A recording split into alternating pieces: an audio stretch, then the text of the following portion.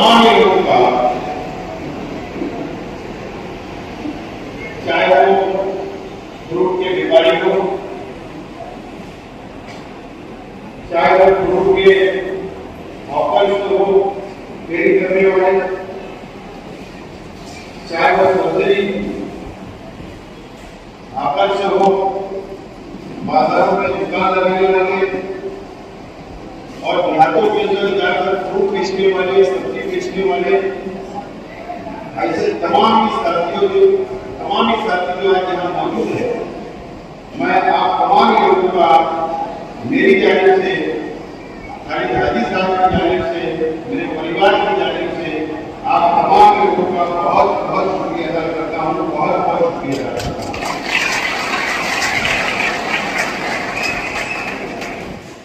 आप लोगों को पता है कि अक्टूबर में महाराष्ट्र असेंबली का चुनाव होने जा रहा है। तारीख का ऐलान महीना सवा महीने के अंदर हो जाएगा, लेकिन हम लोगों ने इलेक्शन की शुरुआत बहुत पहले से हम लोगों ने कर दी है और उसकी वजह कुछ लोग ये बोल रहे थे कि अगर मैं निकला तो बोले खर्चा शुरू हो जाएगा। मैंने सुना था हमारे मुताबिक लोग महीना डेढ़ महीने पहले उन्होंने इंटरव्यू दिया कि अगर बोले मैं निकला तो दूसरी पार्टियों का खर्चा शुरू हो जाएगा। लेकिन पता है आपको, शेख आसिफ निकला तो उनका खर्चा शुरू।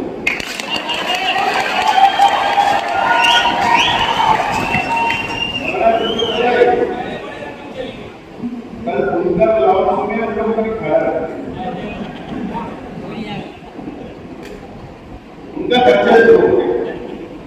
गली गली घूमना पड़ रहा है, माफी मांगना पड़ रहा है और 1 करोड़ का फंड तू ले ले, काम कर ले, 50 लाख का तू ले ले, 1.5 करोड़ का तू ले ले, 25 लाख का तू ले ले, 5 करोड़ का भी फंड मजबूत नहीं हुआ, 100 करोड़ का फंड आया। इतना घबराहट कई जगहों पर गली गली पर घूम रहे, फिर रहे, कई मोटरसाइकिल शुरू हो गई अभी से। अब दावा ऐसा किया करते थे कि मैं निकला तो सामने वाला का खर्चा शुरू होगा। अल्लाह का एहसान करम है कि हम निकले तो आपको निकलना पड़ा, आपका खर्चा शुरू। लेकिन दोस्तों साथियों, अगर हमने माहौल महीना 2 महीना पहले अगर हमने इलेक्शन की शुरुआत की, आप लोगों से मुलाकात करने का फैसला किया, शहर के आवाम से मुलाकात करने का फैसला किया, तो उसकी वजह यह है कि शेख हसीन साहब आज हमारे साथ नहीं है, दुनिया से रुखसत। पहले शेख हसीन साहब हमारे साथ थे तो हम भी वक्त पर इलेक्शन शुरू करते थे, क्योंकि शेख हसीन साहब आधे से ज्यादा काम वो खुद हैंडल कर लेते थे, वो खुद मीटिंगें लेते थे, वो खुद इलेक्शन में प्रचार करते थे। इसके लिए हम लोगों को अव्वल आप लोगों से मुलाकात करने का फैसला किया, शहर के आवाम से मुलाकात करने का फैसला किया और इसके लिए आज आप लोगों के हम लोगों ने याद किया। आज हमें बहुत फर्क है आप लोगों पर,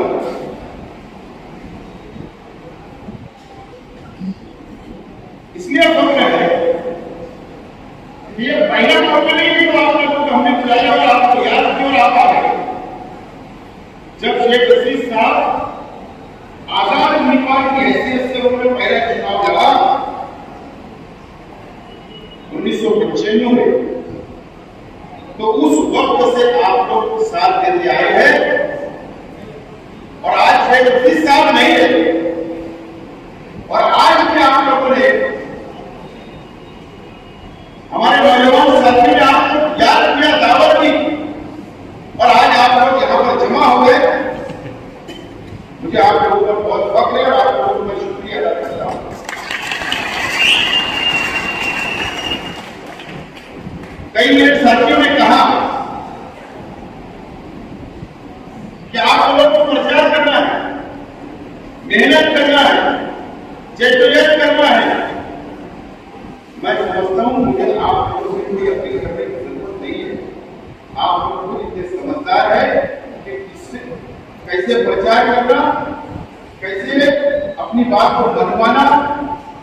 आप अपने भाई हो, आप धंधा व्यापार करने वाले हो, आपको गिराइक समझ जाता है कि गिराइक मेरा माल लेगा या नहीं लेगा, आप उससे वैसे बात करते हैं।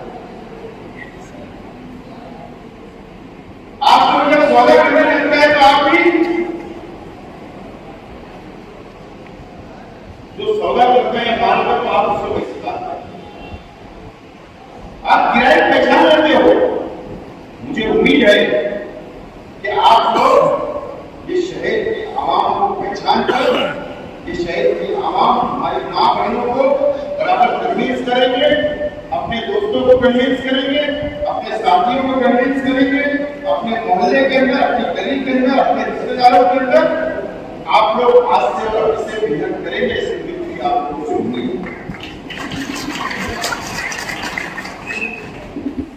5 साल आप लोगों ने देखा हमारे शहर के साथ का 5 साल आपने देख लिया। आप लोगों ने खुद महसूस किया होगा कि नांदगांव के अंदर आपके साथ कैसे बर्ताव हो, महसूस किया होगा। मनमाड़ के अंदर आपके साथ कैसे बर्ताव किया जाता है। छोटे छोटे बाजार में लगते हैं, यात्रा के अंदर जब आप बाजार करने जाते हो तो वहां पर आप लोगों के साथ कैसा बर्ताव हुआ, आप लोग सब जानते हो, समझते हो। या आप हमारे हिंदू भाइयों के इलाके में अंदर जाते हैं तो पहले के अभी के बर्ताव करने आप लोगों को महसूस होता होगा कि ये 5 साल के अंदर जो तकलीफ आप लोगों ने उठाई, ये आप जान सकते हैं, हम नहीं जान सकते। और ये बात अपनी से कहा कि अगर बिहारों के अंदर, दूसरे शहरों के अंदर जब आप जाते हैं और कोई मसला आता है तो जरूर आपको, हमको, हमारे परिवार को, हमारी पार्टी के जिम्मेदारों से आप लोग रब्ता करते हैं और हमारी भी कोशिश होती है कि हम आप लोगों के मसाइल को हल करने की हम लोग पूरी कोशिश करते हैं। जरूरत पड़ते वहां के एमएलए से बात करते हैं, जरूरत पड़ते वहां के पीआई से बात करते हैं, वहां के जिम्मेदारों से बात करते हैं। लेकिन हम लोग उन लोगों से लड़ाई इसलिए नहीं करते हैं, संघर्ष इसलिए नहीं करते हैं कि अगर हमारी लड़ाई करने से, हमारा सख्त बोलने से, वहां आकर आंदोलन करने से आप हम लोग का हमेशा धंधा व्यापार वहां से बंद हो जाएगा, खत्म हो जाएगी। इसलिए हम लोग अपनी से बात करके मामले को आगे बढ़ाने की कोशिश करें। ये हमारी समझदारी और ये शहर नहीं देगा और शहर देख रहा है। मार्केट कमेटी का आप लोगों का कानून, मार्केट कमेटी के अंदर आप लोग रोजाना सुबह जाकर बजेगा, कोई फ्रूट खरीदता है, कोई सब्जी खरीदता है, आप लोग का रोजाना जाना आना वहां पर है। ये हमारे साथी ने पूरी फहरिस्त दी है वहां की तकलीफ, क्या आप लोगों को वहां की तकलीफ है। लेकिन आज मुझे वहां पर कुछ बोलना नहीं है, लेकिन इतना जरूर याद दिलाना चाहता हूं कि 2 महीना पहले बकरीद का त्योहार, वही काटन मार्केट के अंदर, जहां आपको मार्केट लगता है उसी के बाजू में जानवर को भी मार्केट लगता है। जुमा के दिन हमारे शेतकरी भाई वहां पर जानवर लाकर बेचते हैं, जो लाइसेंस धारक है वो वहां पर माल खरीदता है और वो माल वापिस किसी व्यापारी को बेचता है। क्या हुआ, कभी ऐसा हुआ कि 5 साल इस मरतबा ऐसा हुआ कि शेतकरी भाइयों ने जो माल बेचा और जो लाइसेंस धारकों ने जो माल दूसरे लोगों को दिया, वहां पर गौ रक्षा वाले, जातियों की संगठन के लोग, कार्यकर्ता वहां पर आकर उन्होंने पूरा सील लगा दिया, पुलिस को लाया, चारों दरवाजे के ऊपर पुलिस को खड़ा कर दिया और एक भी जानवर बाहर निकलने नहीं दिया, बाहर निकलने नहीं दिया। मुझे बताओ, ये तो मेरी जिम्मेदारी नहीं, शहर के दूसरे विकास की जिम्मेदारी नहीं थी। शहर के जिम्मेदारी थी कि वहां पर मार्केट कमेटी का जो अधिकारी होता है, उसका स्टाफ होता है, या मार्केट कमेटी के चेयरमैन या वहां के लोगों से बैठकर वहां के एसपी को, परामर्श को, तहसीलदार को बुलाकर वहां पर बैठकर मेरे बात कर सकता था, माल छुड़ा सकता था, लेकिन ये मेरे वहां पर नहीं पहुंचे और अभी निकल गई, माल छुटा नहीं और गौशाला के अंदर चला गया। क्या कभी आप लोगों ने ऐसा देखा 5 साल में? ऐसे हालात से ये शहर गुजरा, ऐसे हालात से शहर गुजर रहा है। ये नाकाम है मेरे साथ, मुकम्मल तौर पर नाकाम हो गए। 2 दिन पहले उन्होंने प्रेस कॉन्फ्रेंस की, इतने मजबूर हो गए, इतने लाचार हो गए, क्या वो उनकी ऑफिस पर भी ये प्रेस कॉन्फ्रेंस नहीं ले सकते, किसी दूसरे के इशारे पर किसी जगह जाकर इनको प्रेस कॉन्फ्रेंस देना पड़ेगा। उन्होंने कबूल किया कि मैंने मेरे मैनिफेस्टो मैंने पूरा नहीं किया, मैंने कोई काम नहीं किया, ये उन्होंने अपनी जबान से कबूल कर लिया है। इस बात की दलील है कि शहर के एमएलए ने अपनी जबान से ये बात कबूल कर ली कि मैं नाकाम एमएलए हूं।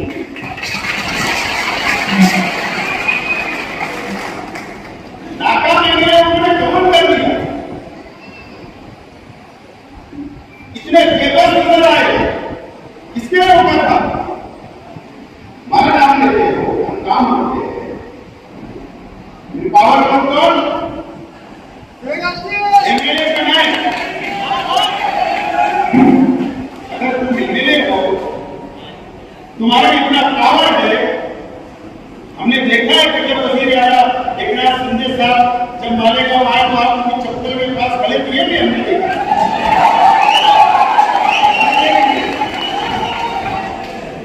लेकिन हमारी स्थिति कभी ऐसी है नहीं कि हम काम रोकते।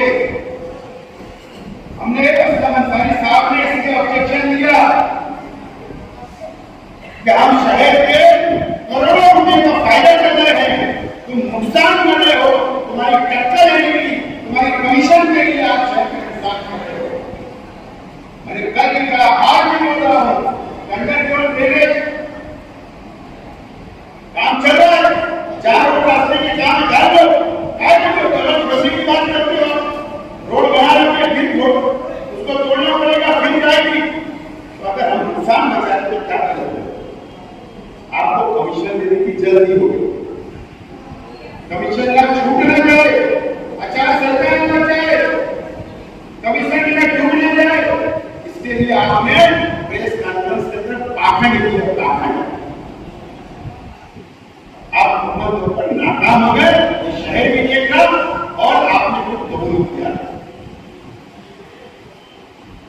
दोस्तों और साथियों, मुझे बताओ, मेरा आपसे सवाल है, 19 का इलेक्शन आप मेरे साथ थे, आपने अपनी आंखों से देखा। 5 साल पहले का असेंबली का चुनाव, मुझे बताओ किस नाम से इन्होंने चुनाव लड़ा, किस नाम से चुनाव लड़ा? एनआरसी के नाम पर इन्होंने चुनाव लड़ा। इनके लीडर हैदराबाद से आए, इन्होंने कॉमन लीडर की दुआई की, मजहब के नाम पर वोट मांगा, नौजवानों को बगाया, उनके जज्बात से खेलने का काम किया, हमारी मां बहनों के जज्बात से खेलने का काम किया गया और चुन कर आ गए।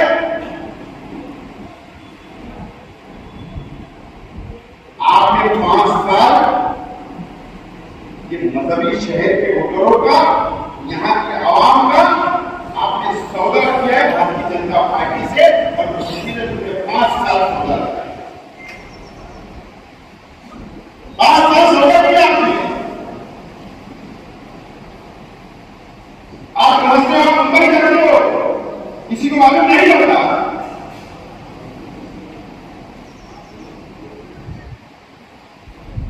जब आप छूट कर गए उद्धव ठाकरे साहब की हुकूमत बनी,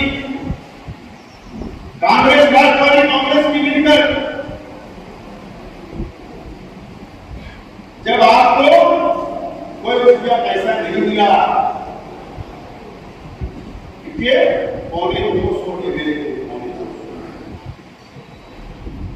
अक्सरियत थी, लेकिन जब उद्धव ठाकरे साहब की हुकूमत गिरी तो वहां से संजय ने शहर का सौदा करना शुरू किया। मैं आज आपको एक बात बताता हूं, असेंबली के चुनाव के वक्त मैं कांग्रेस पार्टी का उम्मीदवार, ये मैं उम्मीदवार, आपको पता है मुझको असेंबली हराने के लिए भारतीय जनता पार्टी ने इनको 2 करोड़ रुपए का फंड भी दिया कि शेख हसीना छूट कर नहीं आना चाहिए। मुझको एक बीजेपी के लीडर ने बताया क्यों नहीं आना चाहिए।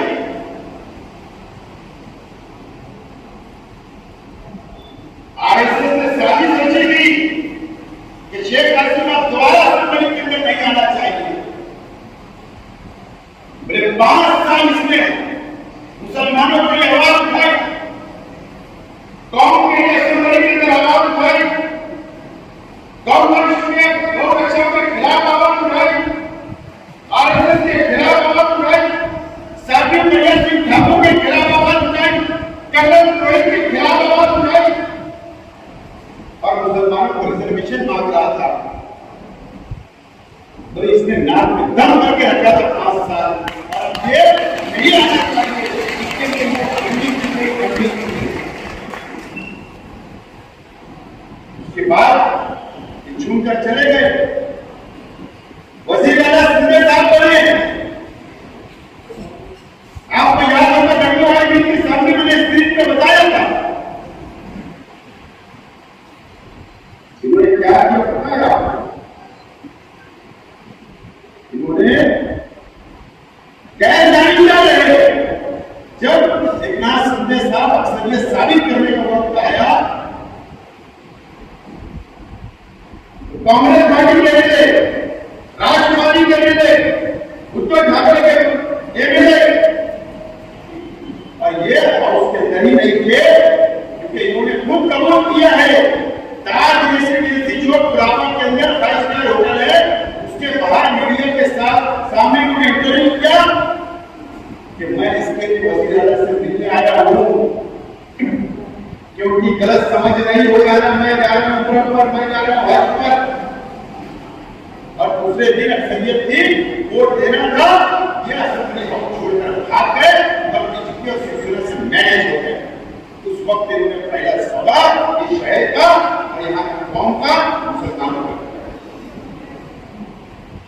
उसके बाद चुनाव आए राज्यसभा का, एमएलसी का, उसी वक्त ये दोनों चुनाव चल रहे थे। बताया इमरान प्रताप गढ़कर छूटकर महाराष्ट्र के एमएलए ने कांग्रेस पार्टी के लोगों ने राज्यसभा में भेजा। उस वक्त भी इन्होंने एकनाथ शिंदे की पार्टी शिवसेना के खासदार को वोट दिया। जब भी करोड़ों की डीलिंग हुई, जब भी शहर का सौदा किया गया, उसी वक्त एमएलसी के चुनाव हुए, उस वक्त भी करोड़ों की डीलिंग हुई, उस वक्त भी इन्होंने काम का सौदा किया। और अभी 12 जुलाई को, अभी महीने में कंप्लीट नहीं हुआ जुलाई, 4 जुलाई को नतीजे आए। डबल पार्लियामेंट के चुनाव के नतीजे 4 जुलाई को आए। हम लोगों ने 1,58,000 करोड़ देकर सुबह बच्चों को पार्लियामेंट में भेजा और हमारा मकसद था कि भारतीय जनता पार्टी की सरकार की मदद से गिर जाना चाहिए, नहीं आना चाहिए,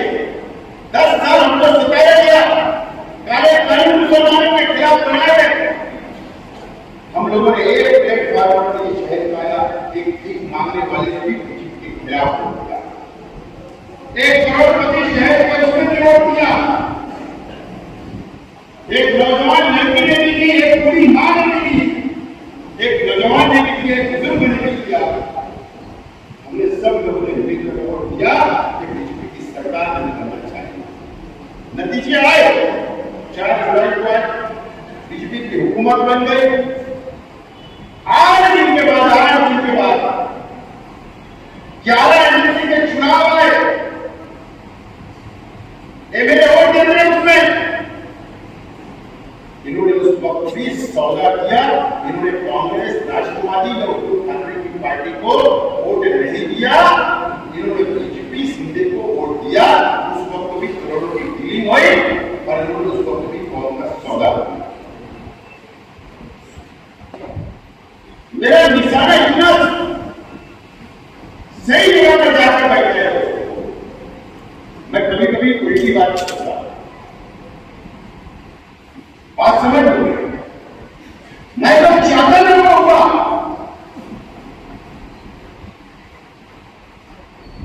मैंने कहा कि आपने बीजेपी को वोट दिया, बीजेपी को वोट दिया, बीजेपी को वोट दिया। इन्होंने 2 दिन पहले प्रेस कॉन्फ्रेंस के अंदर कहा कि मैंने बीजेपी को वोट नहीं दिया। किसको वोट दिया? मुझको पता था आपने भावना गोहिल को वो किसकी उम्मीदवार थी? एकनाथ शिंदे की उम्मीदवार थी। आपने उनको वोट दिया तो सवाल से बोल दो कि मैंने खड़ा उम्मीदवार को वोट दिया। प्रेस कॉन्फ्रेंस में बोल सकते थे कि मैंने कांग्रेस को वोट दिया, मैंने सेठा बाबू को वोट दिया, मैंने उद्धव ठाकरे के उम्मीदवार को वोट दिया। 3 उम्मीदवार को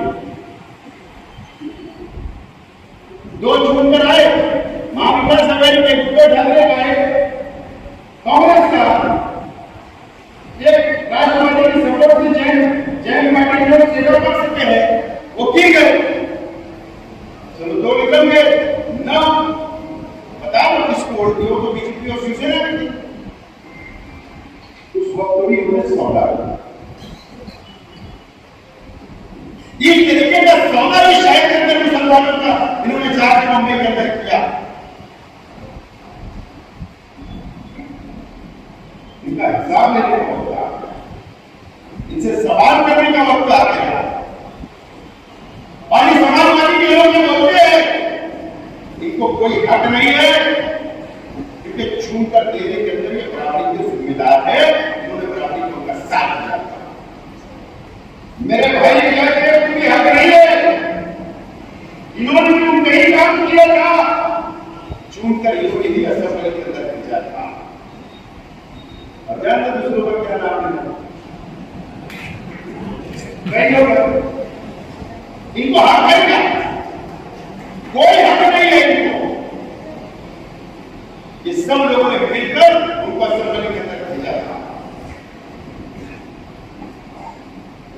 मैं बार बार बोलता हूं, क्या ये शहर को सोचना है?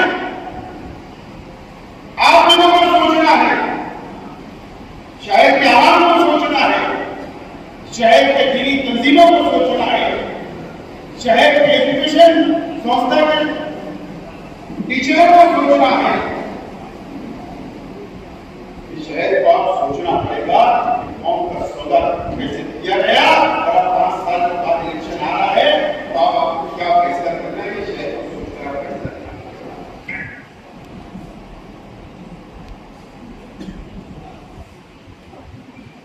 आप लोग तो मेहनत करते हो, मजदूरी करते हो, गाड़ी जोड़ते हो,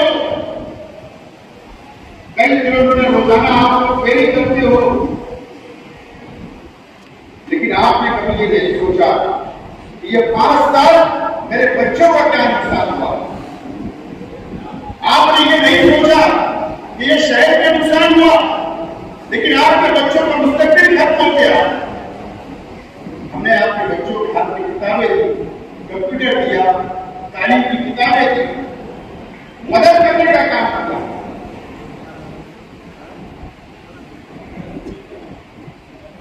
आप लोगों की सोचना है। शेख रशीद साहब आज दुनिया में नहीं है,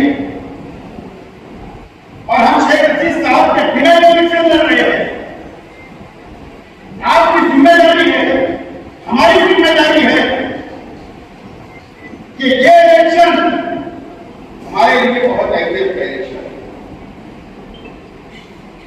मैं अगर हिम्मत कर रहा हूं, उम्मीदवारी कर रहा हूं, तो आप लोगों के भरोसे, आप लोगों की ताकत के बल आप उम्मीद है कि आप लोग पहले भी साथ दिया करते थे, अभी भी आपको साथ देना है और इंशाल्लाह आपको मेरा साथ देंगे। लेकिन कई लोग हैं आपके बीच में, वो हो सकता हमारे कई लोग अटक गए, वो दूसरी पार्टी के अंदर रहते हैं, तो आप उनको समझा करके साथ। लेकिन एक अपील करता हूँ आज ही, आप लोग अलग अलग मिलेंगे मुझसे 2 महीने में, 3 महीने में, एक साथ नहीं मिलेंगे। मैं तमाम ही हमारे जिम्मेदारान सभी के लिए अपील है, पोलिंग के लिए आप एक दिन की छुट्टी हम लोग को सकते, आप अपनी छुट्टी निकाल एक दिन, एक दिन आप लोग गाड़ी घर लगाइए, आप लोग इतनी मेहनत करो कि आपके परिवार की वोट आप पहुंचा दो, वो काम खत्म होगा। आपकी गली की वोट पहुंचा दो, वो काम खत्म होगा। आप अपने इलाके में नजर डालो कि वोट देने से रह गया है, आप उनकी वोट पहुंचाओ। फिर अपने वक्त निकाल कर अपने दोस्तों से फोन पर शेयर बात करके वोट देंगे तो वोट देने वापस जा रहे। आपको मेहनत करना पड़ेगा। मैं बार बार कर रहा हूँ कि पुलिस के बाहर, स्कूल के बाहर खड़े रहकर शोर मचाना, गलती करने से इलेक्शन नहीं होगा। पूरा दिन भर आपको मोहल्ले में रहना है, दिन भर आपको गली के अंदर रहना है, दिन भर आपको वोट निकाल कर वोट जाना है, ये असल इलेक्शन होगा। और आप ये तय करके यहाँ से उठे कि मैं आज से तय करता हूँ कि रोजाना में 5 लोगों का कम 5 लोगों का सैनिक बनाऊंगा और 6 खासी वोट देके रहूंगा। तो इंशाल्लाह ये आपको 2.5 महीना मिलेगा। 2.5 महीने के अंदर एक साल से कितने लोगों को बोलेगा या बता जाता है। हम लोग मेहनत करें, इंतजार नहीं करें, ऐसे शहर को बचाने के लिए, शहर का मुस्तकबिल आप लोगों के हाथ में, शहर का मुस्तकबिल धोखे में है। नदिया के उस पार के ईरान के पास में शहर गिरोह रखा जा सकता है, एकदम साफ तौर पर बोलना चाहिए, गिरोह है। कल मैं कमिश्नर का दौरा कराया बोलेगा, 2 जगह पे दौरा कराया, एक बाबा कासिम में, एक दादा शर्मा में। कमिश्नर साहब ने गाड़ी में बैठे हुए मैंने उनसे पूछा कि साहब मुझे एक बात बताओ, कारपोरेशन कितने कर्ज में हुई? सोच के उन्होंने देखो 250 करोड़ रुपए का कर्जदार हो। मैंने कहा आप उनको मैंने थोड़ा स्कीमों का हिसाब बताया, टीचरों को पगार नहीं होने का बताया, हर बात की है, ठेकेदारों में बिल पेंडिंग है, कारपोरेशन की हिस्से की रकम देना है। फिर बात समझने लगे धीरे से 650 के करीब, 650 करोड़ रुपए के करीब कारपोरेशन कर्जदार हो। मुझे बताओ अगर कर्जदार हो गए तो 650 करोड़ रुपया कहां है? वो कहां खर्च होगा? वो कहां जाने वाला है? किस जगह में खर्च होने वाला है? कहां की रोड बनने वाली है? कहां की गटर बनने वाली है? कहां पे डेवलप होने वाला है? ये सवाल हमारे सामने, ये सवाल हमारे सामने, इतना कर्जदार क्यों हो गए? आपको फर्क महसूस होता होगा। आप ही सिचुएशन में हो सकते शहर में कि रोजाना नदी के उस पार भी जाते हो, नदी के इस पार भी जाते ना, फर्क महसूस हो रहा। 650 करोड़ रुपया एक दाढ़ी वाले के सामने दूसरे दाढ़ी वाले को लेकर चला गया।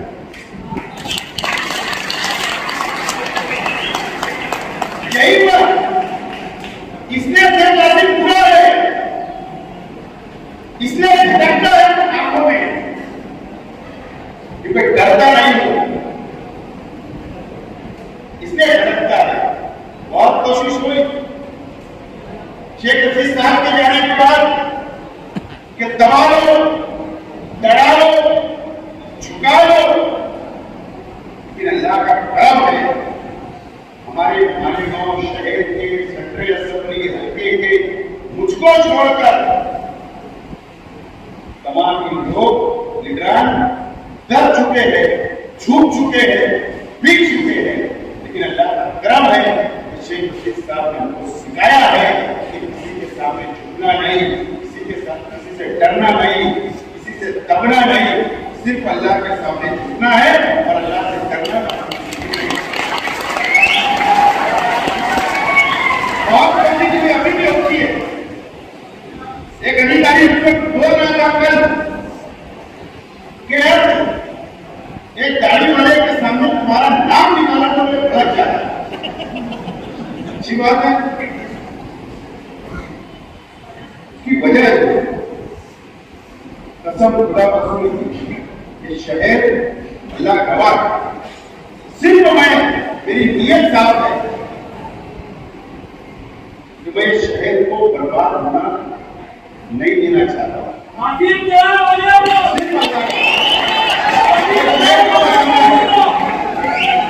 शहर को बचाना है, इसलिए सिर्फ और इंशाल्लाह नहीं झुकूंगा। तो आप लोगों को ये शहर बर्बाद हो रहा है, इस शहर की बका के लिए, शहर को बचाने के लिए, आपके बच्चों को मुस्तकबिल संवारने के लिए, जोबल पट्टी के मसाइल को हल करने के लिए आज भी उनको अफसोस होता है। ऐसा नहीं है, अगर मुजाफर के क्या काम नजर नहीं आते तो हमको अफसोस होता है, लेकिन इसकी जिम्मेदारी की 2 साल से शायद एमएलए की थी तो कमिश्नर के पास जाकर वो जो 650 करोड़ रुपए कर्जदार हुआ, कॉर्पोरेशन कर्जदार हुई, वो पैसा इधर लाकर खर्च कर सकते थे, लेकिन इनकी नाकामी की वजह से ये शहर का पैसा उधर चला गया। और क्या है शहर को समझना है, आप फैसला करना। लेकिन मैं ज्यादा वक्त नहीं लेते हुए आप तमाम लोगों से अपील करता हूँ कि आप लोग इसको कामयाब करें, मेरे लिए मेहनत करें, जद्दोजहद करें। आप जिनको अपनी वोट देकर, एक दिन की कुर्बानी देकर उसको असेंबली दीजिए, इंशाअल्लाह 5 साल मैं आपके गुलाम बनकर, आपका खादिम बनकर, आपकी खिदमत में हाजिर होने वाला है।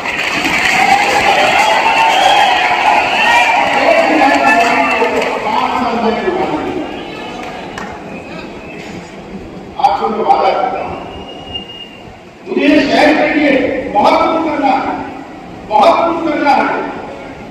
मैं आजाद रहने की बात नहीं कर रहा हूं, यकीन जान मेरा शहर बन चुका है। मैं बहुत सोच समझ के सियासी फैसले लेता हूं, मैं जज्बात में फैसले नहीं लेता हूं, मैं मुस्तकबिल के सोच में फैसला करता हूं, मैं ये शहर का मुस्तकबिल सोच कर फैसला लेता हूं। आप आज भी आपको समझ में आएगा, आप मुझे आजाद उम्मीदवार की हैसियत से अगर मैंने इलेक्शन लड़ा तो आपको मुझको सिर्फ कामयाब करो। दूसरा दिन होगा, क्या बोल रहा हूं, ये रास्ता असेंबली का मुंबई जरूर जाता है, लेकिन दूसरा दिन होगा कि नई बर्बाद हम लोग शुरू करेंगे और ये महाराष्ट्र के काम होगा और ये काम महाराष्ट्र ले जाओ। एक ऐसा मैंने आपने शुरू कर दिया जो महाराष्ट्र की नुमाइंदगी कर रहा हो गया है। महाराष्ट्र से मैंने हाउस के अंदर बैठने का, आवाज उठाने का, यकीन करो आज अगर आप नजर डालो महाराष्ट्र के अंदर मुसलमान की आवाज उठाने का नेता बता दो, एक नेता बता दो कौन है? 5 साल दवाई हुआ है, पूरा महाराष्ट्र को कोई आवाज उठाने वाला नहीं था। ये तमाम बातें आप सोचो, समझो, फैसला करो, लेकिन एक वक्त को मुझे मौका दो, इंशाअल्लाह मैं 5 साल मैं करूँगा, ये वादा करता हूँ। और आप लोग इतनी बड़ी तादाद में यहाँ पर आए, मेरे